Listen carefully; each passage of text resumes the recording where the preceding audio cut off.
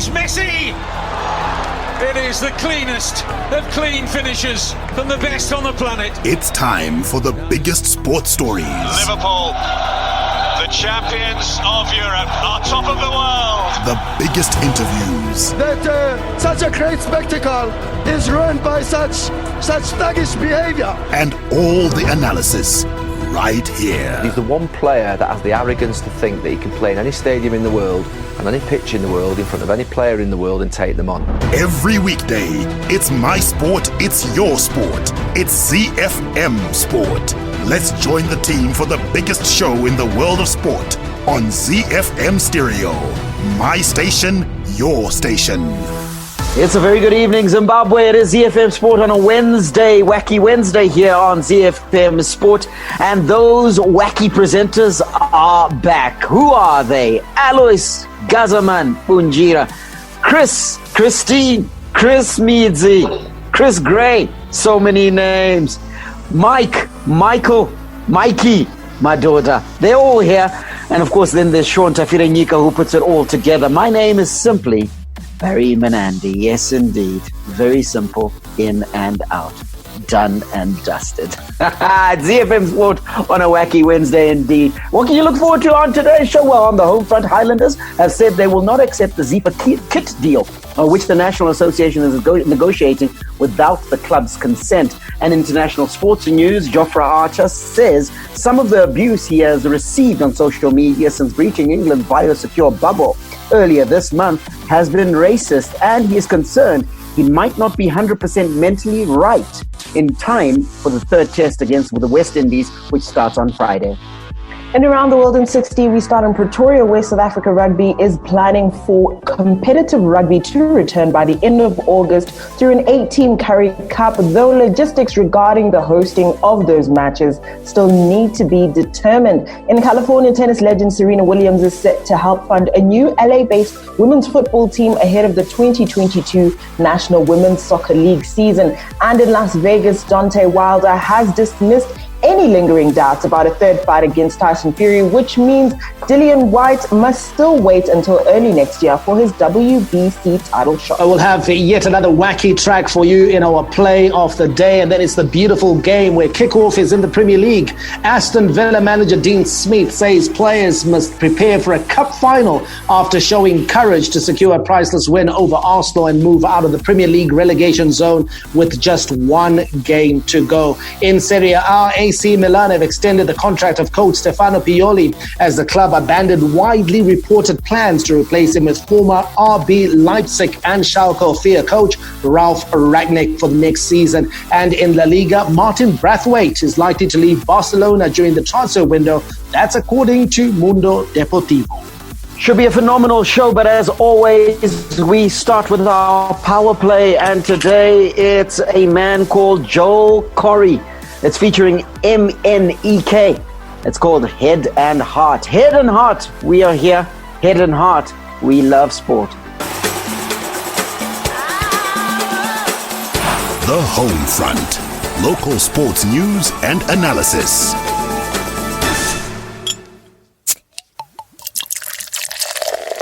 From Rufaro to Barberfields, Mandava to Nyamunga, all the perfect moments in the Castle Lager Premier Soccer League come together on ZiFM Sport. Don't forget, we are available on all the social media platforms. The handles to follow are at Mike Madoda, at Chris Midzi, at Gazaman14 for Alois Bunjira, at Sean Tafirenyika, at Mark Pozzo, and I'm at Barry Menandi. But the one to get us all on and we can chat about sport is at ZiFM Sport. We'll also give you periodic updates as to what's happening in the world of sport, just like what we're about to do right here on ZiFM Sport on a Wednesday. We always start with the home front, where Highlanders have said they will not accept the ZIFA kit deal, which the National Association is negotiating without the club's consent.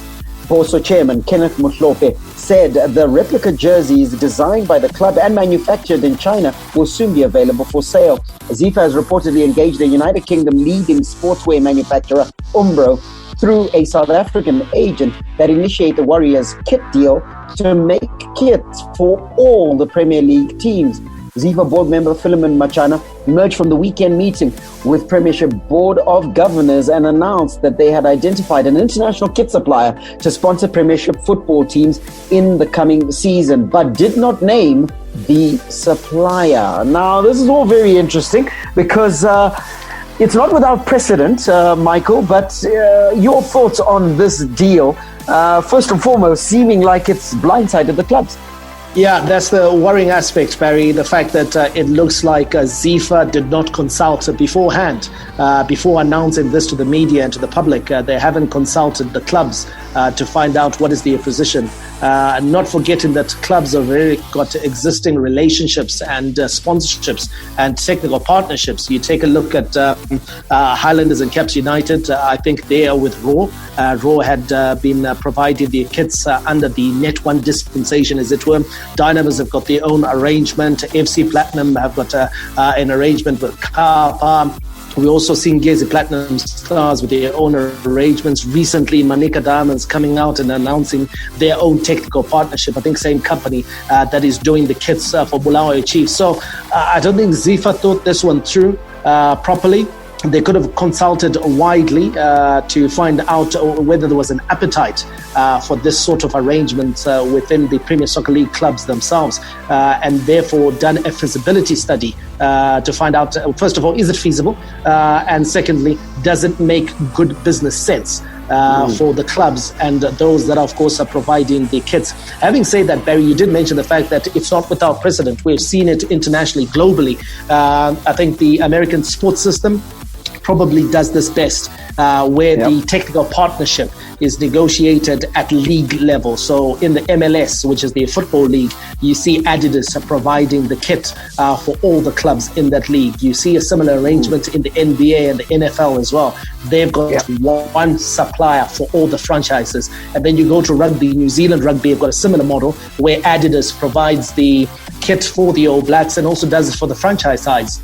The Blues, the Highlanders, the Crusaders, the Hurricanes, etc. So it's something that can be done, but it has to be very clear, Barry, what are the benefits for the clubs?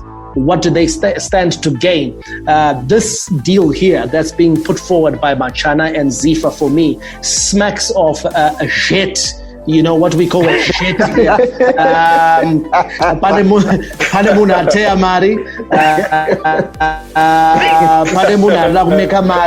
Because for me, the emphasis seems to be on the replica jerseys. That is where the emphasis is. There isn't much being said in terms of what are the clubs actually benefiting besides the percentage that's going to come through the sale of replicas. There should be clearly enunciated benefits. What are they supplying?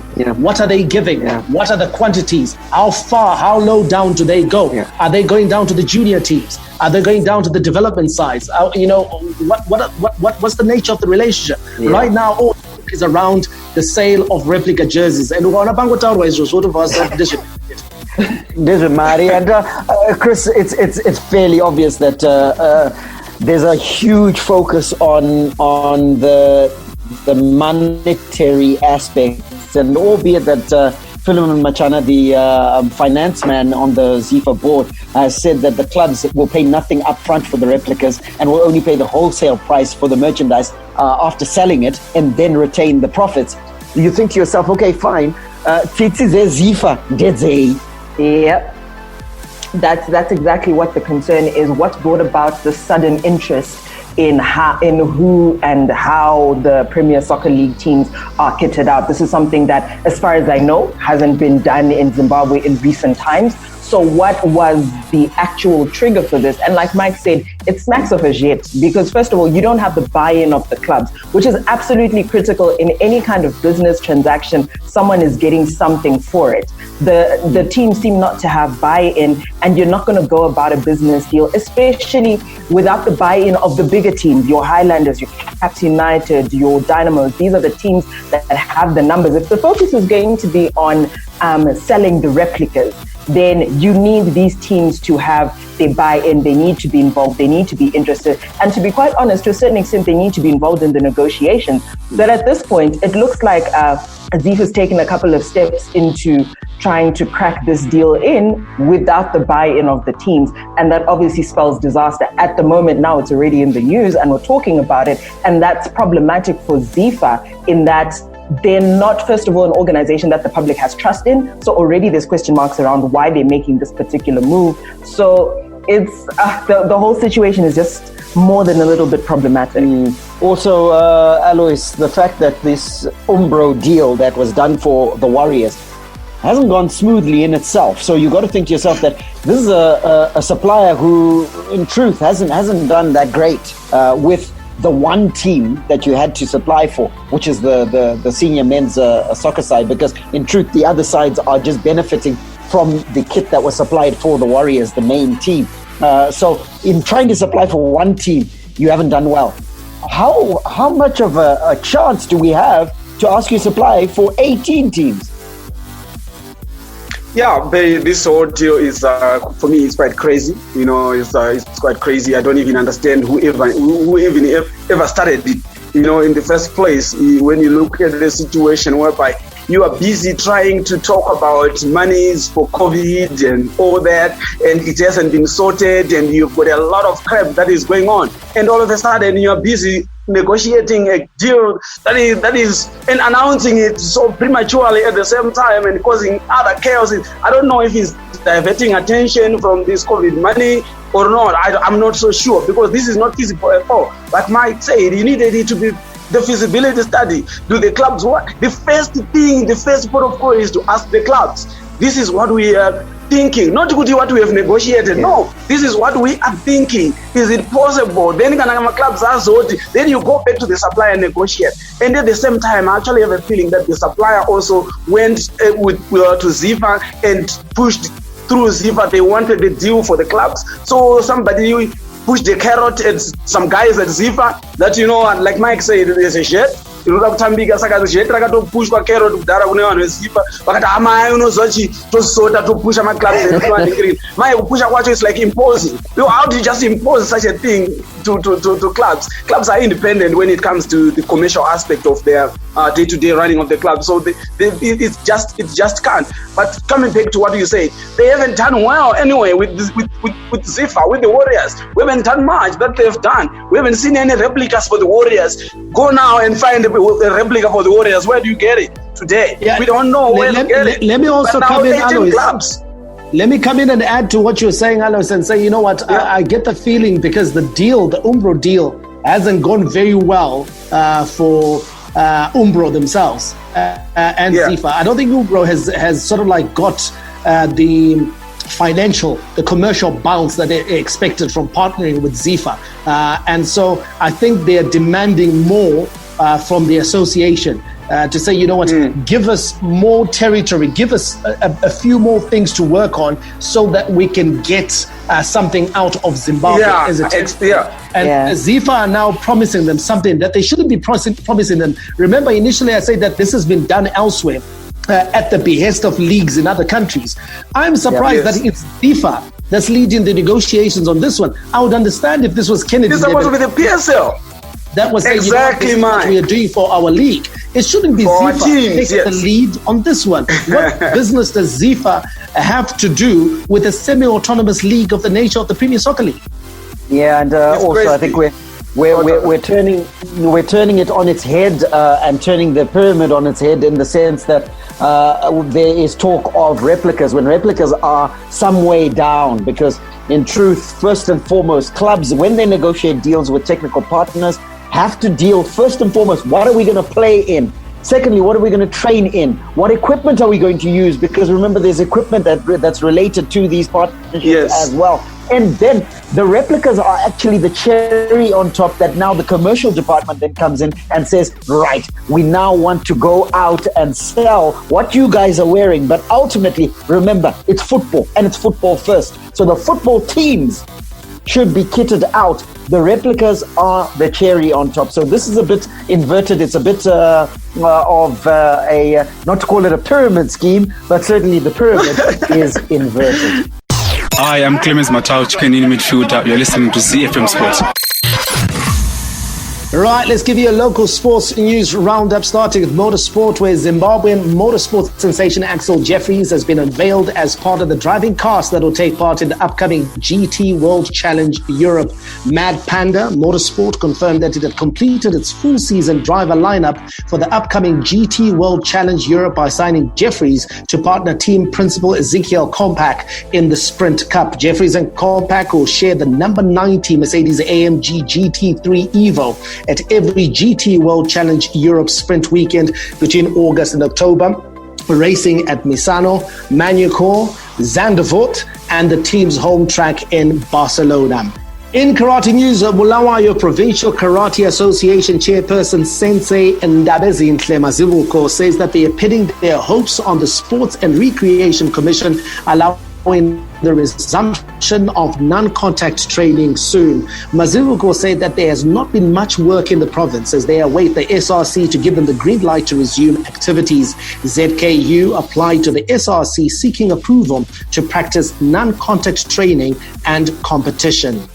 In handball news, Zimbabwe's hopes of hosting the International Handball Federation Trophy Zone 6 tournament this year continue to fade following a spike in COVID-19 cases in a number of countries in the region. The country won the bid to host the regional event late last year, and the tournament had been scheduled for April, but it was postponed indefinitely due to the coronavirus outbreak. However, last month, the African Handball Confederation released a revised calendar for some of their activities. We wait to see how this one plays out, and hopefully that tournament will be back on the cards to be hosted here in Zimbabwe. Hi, this is Mike Madoda, and you can catch me and the team for all the latest breaking news out of the world of sport, local as well as international, on your favorite station, my station, your station, ZiFM. We are Z-Team on ZiFM Sport. Z. From the front of the grid to the back of the net, it's ZiFM Sport. International Sports News Roundup, where the world comes out to play.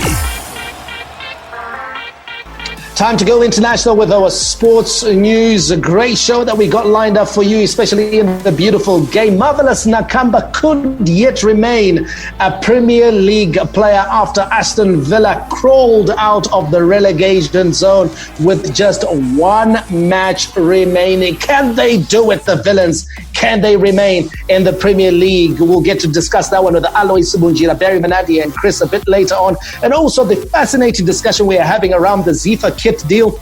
We're going to continue that conversation on tomorrow's show. Remember, it's the short version of ZiFM Sport, short, sharp, and sweet. We'll pick apart this proposed kit deal that's coming from ZIFA. Very, very controversial, and we'll give you, all the nuts and bolts around it and help you make up your own decisions and draw your own conclusions as to which way that deal is going. Now let's go to our international sports news. Jofra Archer says some of the abuse that he has received on social media since breaching England's biosecure bubble earlier this month has been racist, and he's concerned he might not be 100% mentally right in time for the third test versus the West Indies. The England bowler is available for the series decided at Old Trafford from Friday following a 5-day isolation period, during which he returned 2 negative coronavirus tests. After it emerged, he made an unauthorized trip to his flat in Hove in between the first and second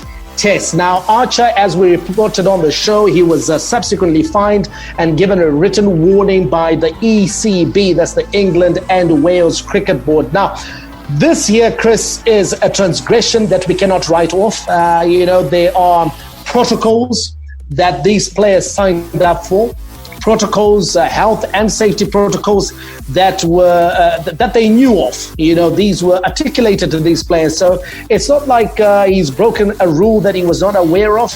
He's gone and flouted a standing regulation that they've had to follow and signed on for. So in some sense, he deserves the scrutiny and the criticism that is coming his way. But what is sad is that there has been the vile racism that's also come together with the justified criticism.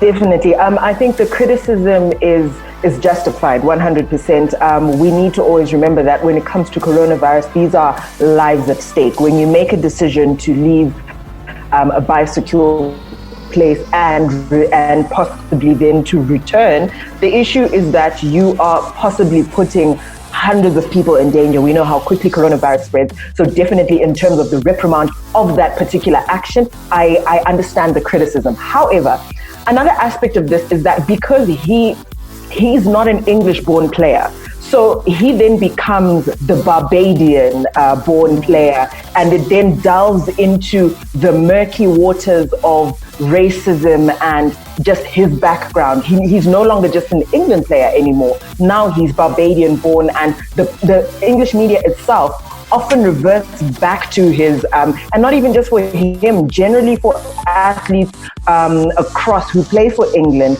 once they then are not either playing at their best or they make a mistake like he did, and in terms of flouting the regulations, they revert back to who he is as not necessarily an Englishman. And what that does is it opens the door to other people, your regular man on the street, being able to say, hey, you're not from here, and othering, and that's where the racism starts. Barry, is this an issue of systemic racism? And Chris makes a fine point that it's not just Jofra Archer. We have seen it over the years. You know, when Andy Flower was the coach of the England cricket team, you know, no mention was made of him being Zimbabwean until he had a fallout with some of the senior players. Then all of a sudden it was the Zimbabwean Andy Flower. Kevin Peterson was the darling of English cricket until he also hit some controversial waters. Then all of a sudden it was the South African-born Kevin Peterson. And we have seen it with other athletes as well. John Barnes, you know, his West Indian ancestry would be brought to the fore whenever he was involved in anything murky or controversial. So this is something that the English press does very regularly. Even recently, Raheem Sterling as well, his Caribbean roots were brought to the fore as well. Absolutely, and I was going to mention Raheem Sterling because it is a facet of the British press that needs to be weeded out. It is absolutely untoward because you can't have it. What's good for the goose is good for the gander. If it's good on Monday, it should be good on Friday. You can't be one thing on a Sunday and then another thing on a Wednesday.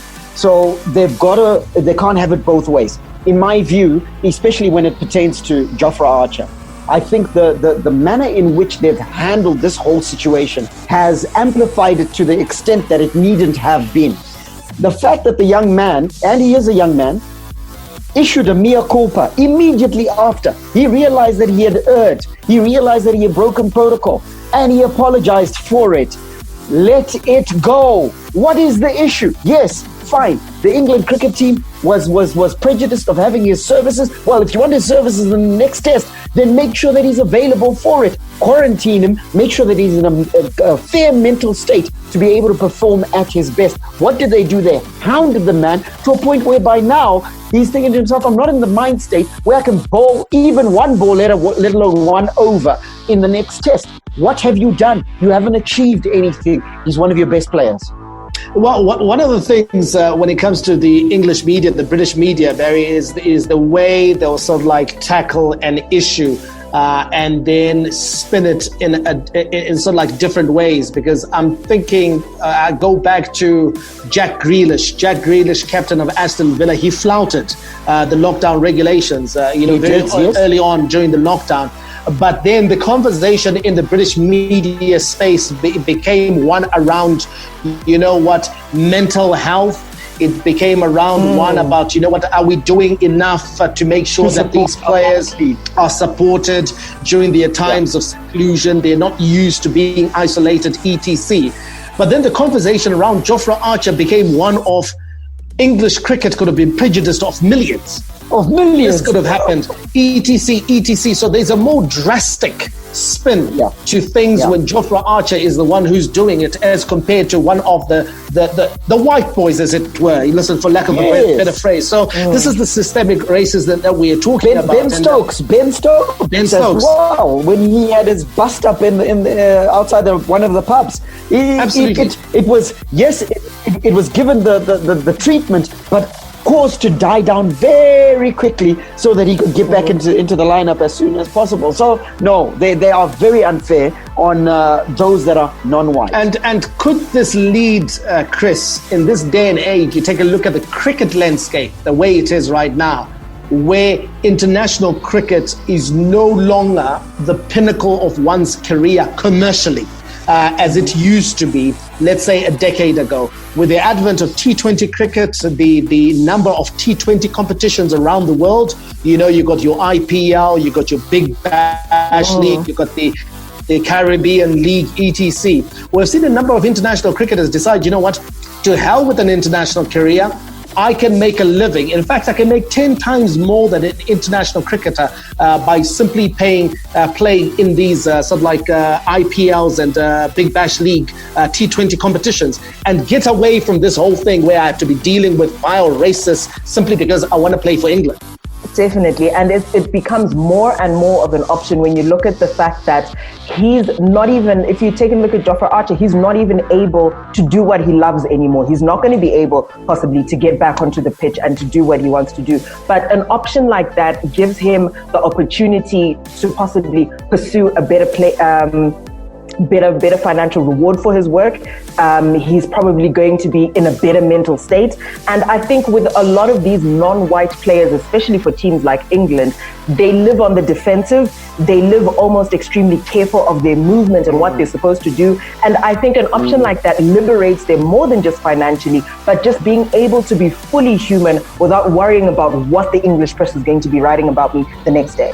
Okay, and just to wrap it up here, I think Nasser Hussain, former captain, he's quoted as saying, but as for the nastier stuff he's had to deal with on Twitter, I just can't understand what goes through some people's heads. Some of the stuff I've seen recently has been plain horrible, and it's made me question whether I want to be on social media myself. No one should have to deal with that. And I repeat, my main feeling is one of sympathy with a young lad who 18 months ago, very few people had heard of. Suddenly, his thrust into the limelight. It's up to the English game to give him the support he needs. And I say here, Nasser Hussain himself, of course, of Indian, or is it Pakistan origin? I think he's of Asian origin, certainly. Asian origin, a former captain of England. And he himself has come out and said that he has been sometimes subjected to racist vitriol as a result of his background. And I'm sure he certainly understands where Jofra Archer is coming from. This is a developing story. It's one we'll keep you appraised on right here on ZiFM Sport. Hi, my name is Sean Williams, Zimbabwe cricket captain. You're listening to ZiFM Sport. Z. Around the world in 60 seconds. International sports news. Around the World in 60 is proudly brought to you by DSTV. We take off in Pretoria, where SA Rugby is still planning for competitive rugby to return by the end of August through an 8-team Currie Cup, though logistics regarding the hosting of those matches still need to be determined. Jury Rue, the Federation's chief executive, confirmed that even a slightly delayed date would still be viable. South Africa's 8 franchises, the Bulls, Cheetahs, Griquas, Kings, Lions, Pumas, Sharks and Stormers, all commenced non-contact training on Monday under strict conditions. We head over to California, where tennis legend Serena Williams is set to help fund a new LA-based women's football team ahead of the 2022 National Women's Soccer League season. Williams, along with her husband and co-founder of Reddit, Alexis Ohanian, and 2-year-old daughter Olympia, is one of several high-profile women to invest in the venture. 14 former U.S. women's national team players are also involved, including Mia Hamm and 2-time Olympic gold medalist and FIFA World Cup champion Abby Wambach. While the team's official name and venue are yet to be decided, the group has called itself Angel City in honor of its planned home in Los Angeles. We touched down in Las Vegas, where Deontay Wilder has dismissed any lingering doubts about a third fight against Tyson Fury, which means Dillian White must wait until early next year for his WBC title shot.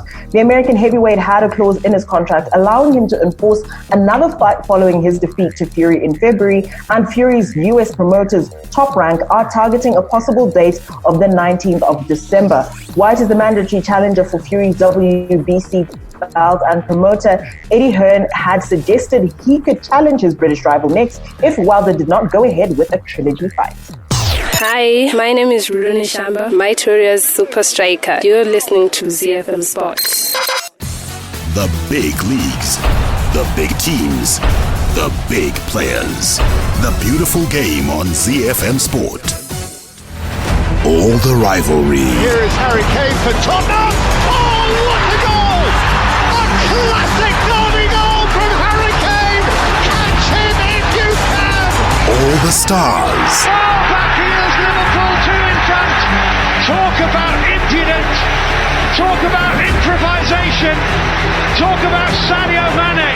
And all the game-changing moments. And Raheem Sterling rattles it home. And once more, City are in front in a trice. All the updates from the Premier League on ZiFM Sport.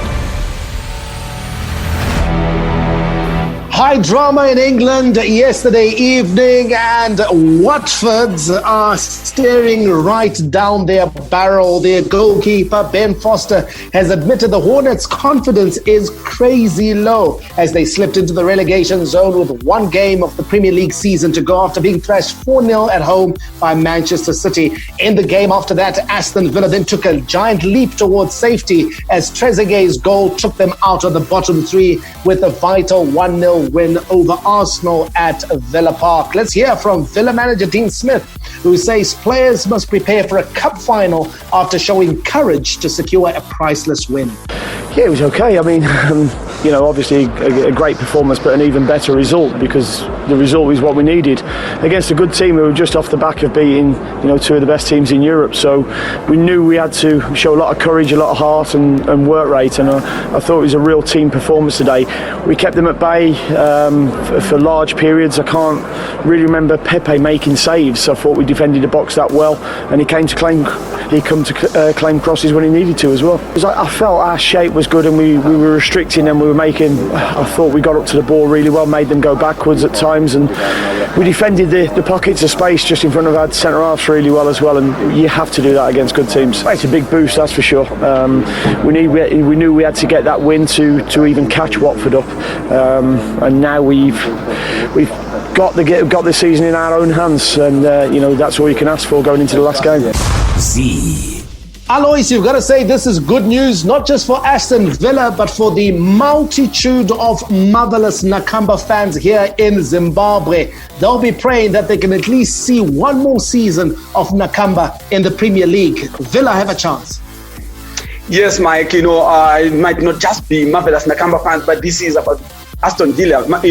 We grew up we had just grown to like Aston Villa just because of marvelous Nakamba. You remember the Liverpool days of Bruce Krobler, the Coventry days of Peter Ndlovu. We just fell in love with Coventry because of that. So we fell in love with Aston Villa because of marvelous Nakamba. Now for us, this final game, I don't think I have ever supported a team outside of Manchester United the way I'm going to be supporting Aston Villa in this last game. I'm sure that it is the same with a lot of Zimbabweans. We just want to see him in the Premier Soccer League because a lot of us believe that probably this season was jittery because he was still gaining experience. He was not yet ready. He was still growing into the league. If he is given one more season, we probably believe that he might just hit it well and give us what we believe that he is capable of. So we dream and pray that they actually go for that cup final. I agree with their coach. This is going to be one hell of a cup final for them and for us as well who are supporting them, and we hope that they do conquer and remain in the Premier Soccer League. So yeah, we are behind them 100%. Marvelous Nakamba, he has got a lot of fans out here that are going to be clamoring for an Aston Villa win so that he stays in the English Premier Soccer League next season. I'm going to read a tweet here from Robson Sharuko. This was tweeted last night, and he said, "I've never felt so nervous for a team which isn't Falcon Gold." And that's, of course, his hometown team from Chakari, the Warriors or Man United, as I did watching Aston Villa tonight. The lads were amazing. The spirit was awesome. Is this you too, Barry? Is this the majority of Zimbabweans? It is. It really is. And last night we were all secretly happy, and I'm going to dare say even some Arsenal fans would have taken the L yesterday with a pinch of salt and just said, look, it's okay. The Arsenal fans were in Zimbabwe, of course, and Zimbabweans, because I think there's a bittersweet feeling where they're like, look, we've still got a chance at Europe if we can win the FA Cup. But Marvelous Nakamba only has one crack at staying in the Premier League, and Aston Villa has to do that through beating us as an Arsenal and then winning their next match. But this puts it firmly in their own hands. They deliver a result at the weekend on Sunday and they stay in the league. It's that simple. It's really that simple, isn't it, Chris? They've got destiny in their own hands. Now, I remember a couple of weeks ago, we had a conversation here where we asked the question, if Villa were to be relegated, what would the options be for Marvelous Nakamba? Maybe that's a conversation we might have to press pause on until match day 38, and hopefully Villa would have secured their safety in the league. But I just want to go to Aston Villa. Dean Smith, Chris, has come in under a lot of criticism as manager of Aston Villa, and you take a look at the performances of his team in the lead up to these last 3 matches in the league. In the 10 matches that they played in league and cup competitions, Aston Villa had lost 8 times and drawn 2 matches. And so the form guide pointed to a team that was heading nowhere other than relegation. But in the last 3 matches, they've managed to get themselves 7 points out of 10. And credit must go to Dean Smith at some level. At some level, yes. I think people are incredibly critical of Dean Smith because of the fact that if you take a look at that Aston Villa squad, that's a squad that's good enough to be, I'm talking even mid-table if we're going to be conservative about it. I think the squad is good enough. Dean Smith himself, first of all, doesn't trust certain players. Nakamba is one of those players where you can distinctly see Nakamba doesn't start in some matches. He doesn't even play in some matches. Has Nakamba done enough, though, to win the trust of the manager? Because the jury is out on his performances.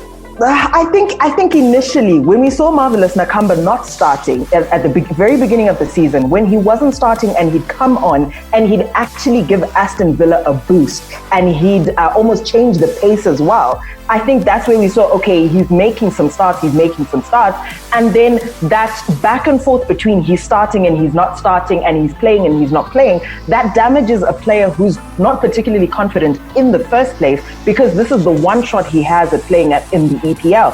So I think it was down to Dean Smith and his decision making, where we can say, did Marvelous Nakamba become the best that he could have been? And is it necessarily because of him, or because there was a manager there who wasn't necessarily doing anything for his confidence? Well, I'm going to come in here and play devil's advocate, Barry, and say, is it the job of the manager to be babysitting a player's confidence? Because when you are in a relegation dogfight, and Villa have been in one since day one, surely you go for the players that you trust and players that you believe don't need much motivation to perform.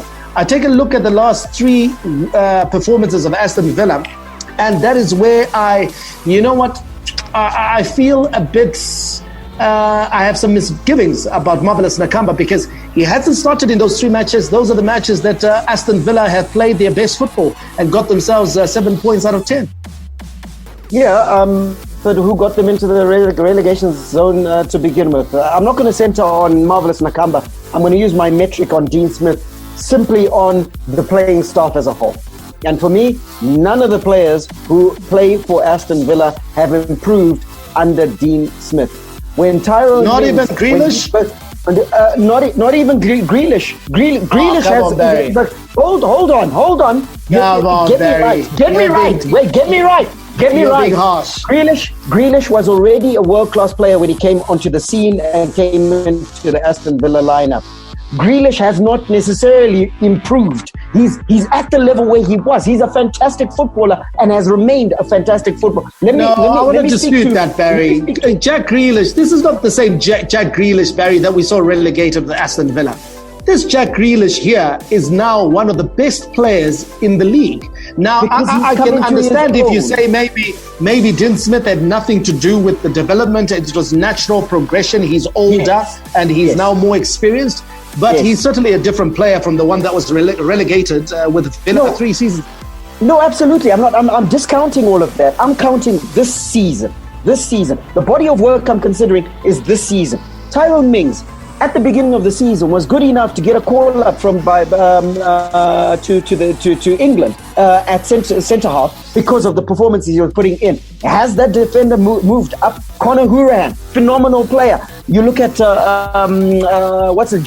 McGinn. McGinn was a phenomenal player at the start of the season. I feel those players have gone laterally, if not actually depreciated, throughout the season with Dean Smith. Now, what has happened, I believe, that has delivered the 7 points out of 10 is that these players have realized that they've got to fight for their lives, and they've done exactly that. And that's why it was white knuckles last night, and they managed to do it. Then you argue my point that the players don't have the right mentality, because if they're realizing with 3 matches to go that they've got to fight, how come they didn't realize this? They've been in a relegation fight the entire season. Alois, let me bring you in on this one. In the likely or the unlikely event that Aston Villa qualified, does Dean Smith stay?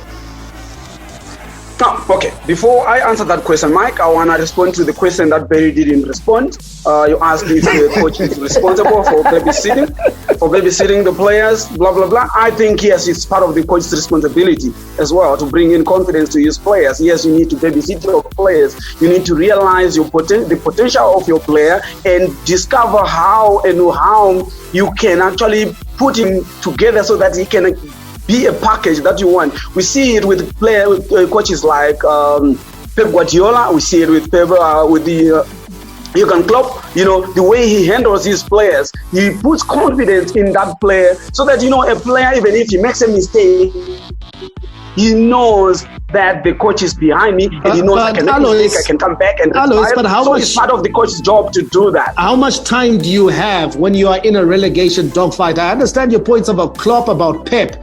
You actually need to do that to your players. They've got the luxury of safety. And the one thing people cannot complain about is that Marvelous Nakamba has been given ample opportunity as a starter. Dean Smith played Marvelous Nakamba over and over again, even to a point when we could see it wasn't working. I wasn't responding to Marvelous Nakamba question. I was responding to if the coach is responsible for boosting his own players. How much leeway, Alois, do you have?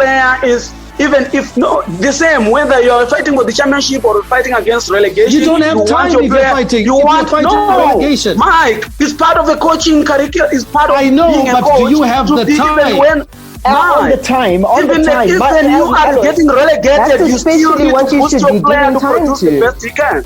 You don't have time. It's because, do you know why I think you don't have time? He's got other players. He's had options. He's turned to those options, and those options have worked. Simple. Mike, can I give you a realistic example? Klopp's last season at Borussia Dortmund. Dortmund was sitting bone last, and he said, I can turn it around. And he gave confidence to his players, and he turned it around, and they finished. That's exactly what I'm saying. So yes, you do have time. Even when you are getting relegated, it's still part of your job to boost your player. That Dortmund side was full of quality. You cannot. That side suffered a crisis of confidence.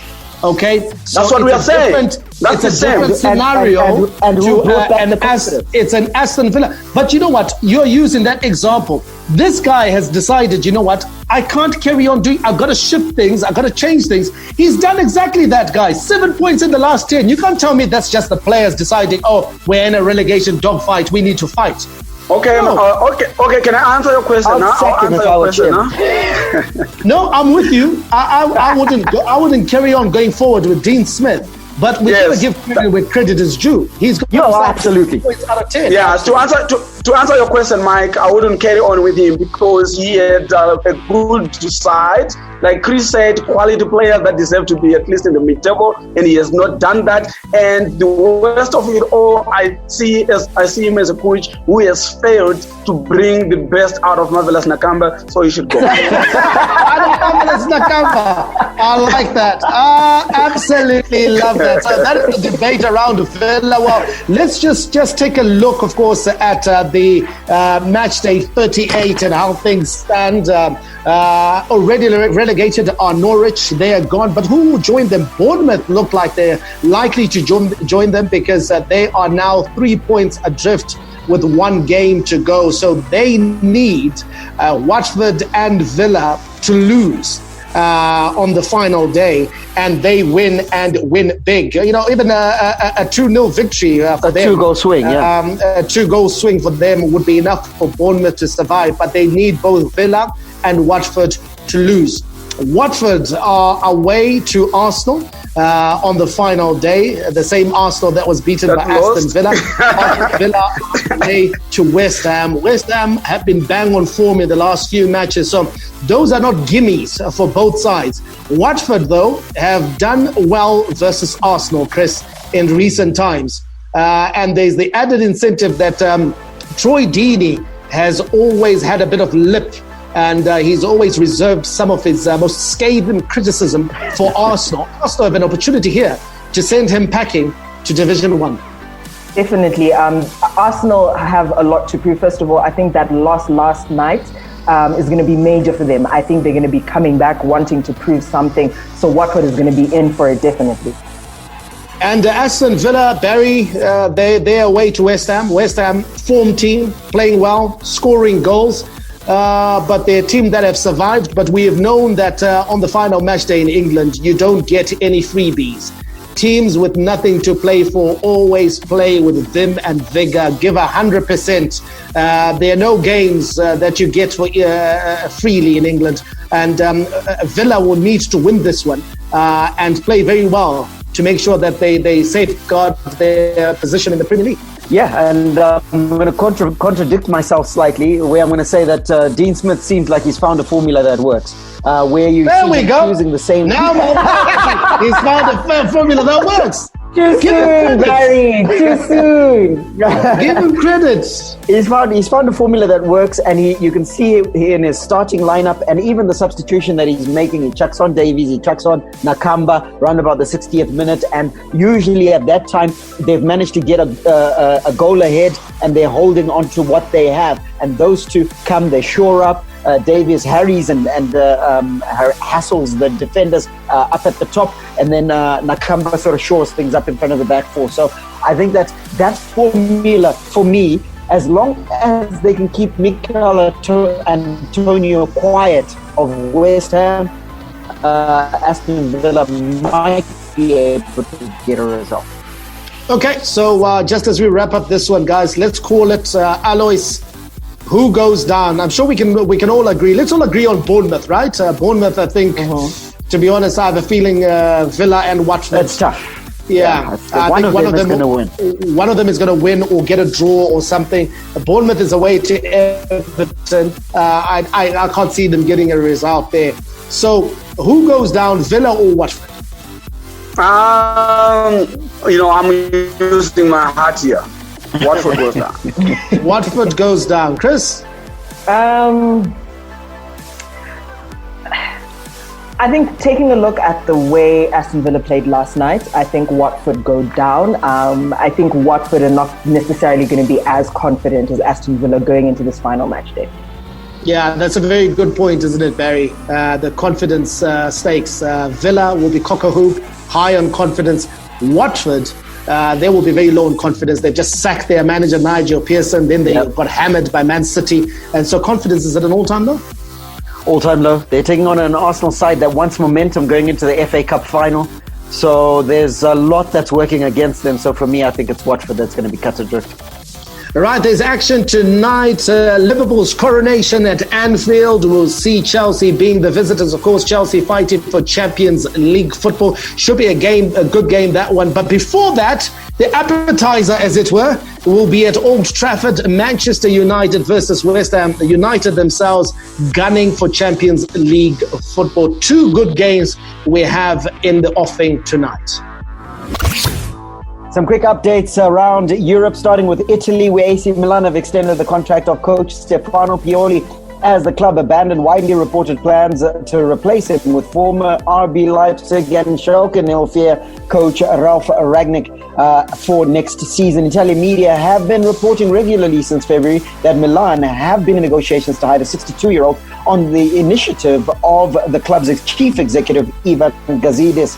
Yet, those plans became untenable after Pioli inspired a revival. Milan made the announcement immediately after the team won 2-1 at Sassuolo to extend their unbeaten run to 10 matches in all comps and guarantee a place in next season's Europa League. The club said that Pioli's contract would be extended until July 2022. Atalanta moved themselves to second, of course, last night as a 1-0 win over Bologna saw them extend their unbeaten run to 15 games. Atalanta, what a team. Tonight's matches: Parma versus Napoli, Inter Milan versus Fiorentina, Lecce versus Brescia, Sampdoria versus Genoa, Spal entertain Roma, and Torino takes on Hellas Verona. Tomorrow, Udinese, Juventus, and Lazio takes on Cagliari. Finishing off with some news out of La Liga, Martin Braithwaite is likely to leave Barcelona during the transfer window. According to Mundo Deportivo, the 29-year-old striker joined the Blaugrana from Leganes as an emergency signing in February after Barca had suffered long-term injuries to the likes of Luis Suarez and Ousmane Dembele. However, it looks like the former Middlesbrough man is set to leave the Camp Nou. That's all we have time for today. We'll catch you tomorrow for our shortened edition. Don't miss it. May God richly bless you. That's my story, and I'm sticking to it. Manandi, out. And it's Messi! It is the cleanest of clean finishes from the best on the planet. The biggest sports stories. Liverpool, the champions of Europe, are top of the world. The biggest interviews. That such a great spectacle is ruined by such thuggish behavior. And all the analysis right here. He's the one player that has the arrogance to think that he can play in any stadium in the world and any pitch in the world in front of any player in the world and take them on.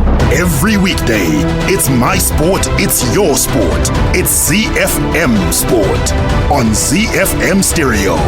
My station, your station.